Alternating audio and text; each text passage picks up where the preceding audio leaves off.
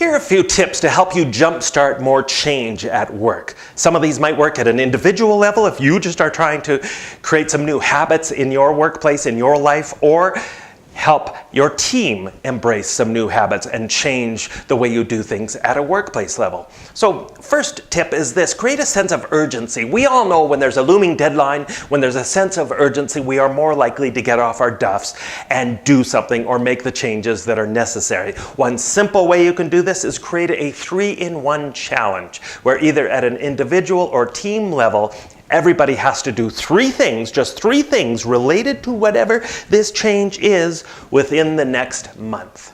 Second thing you can do is block off a chunk of time per day to power focus on whatever it is you've been procrastinating about. Maybe it's just 15 minutes, carving out 15 minutes at the start of every day where you say, okay, no distractions, no phone calls, no appointments, no email. For 15 minutes, I am going to focus relentlessly on this one task, on this one project that I've been putting off, that I haven't been putting enough attention to. Third tip, tons of research suggests that having an accountability partner is one of the most effective ways of making sure people change behaviors and that those changes stick. So create some accountability agreements in your workplace.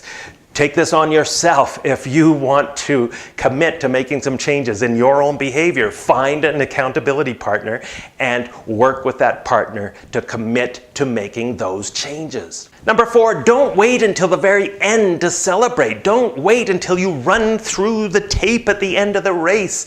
Tons of research suggests that celebrating the small steps is absolutely key if we want to build momentum and move towards making positive changes in our lives. Number 5, when you're trying to undergo a big change, break it down into small, discrete steps so it doesn't become overwhelming for you. And again, make sure you celebrate with a fun reward each time you achieve that each step. But breaking it down into small, discrete pieces is hugely important when it comes to achieving success and making real changes. Number 6, try this that some people have done with great success. Make an outrageous public bet when it comes to the change. And I know all sorts of people who've done this. So sometimes it's just something totally outrageous where, if you do not achieve this by the end of the month, you are going to get up in front of your staff and sing a medley of Celine Dion songs. Or you are going to have to just do something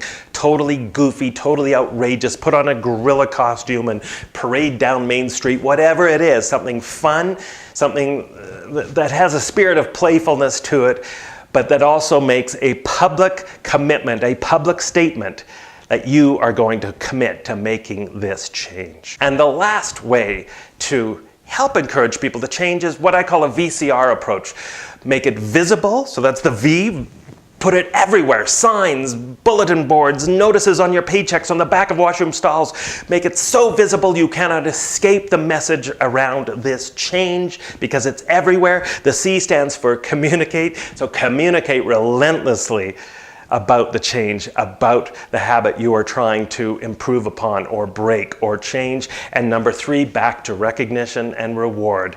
Recognize and reward the changes. So VCR, bring that kind of process to life to help make the changes you need to make to get the results you deserve in your workplace.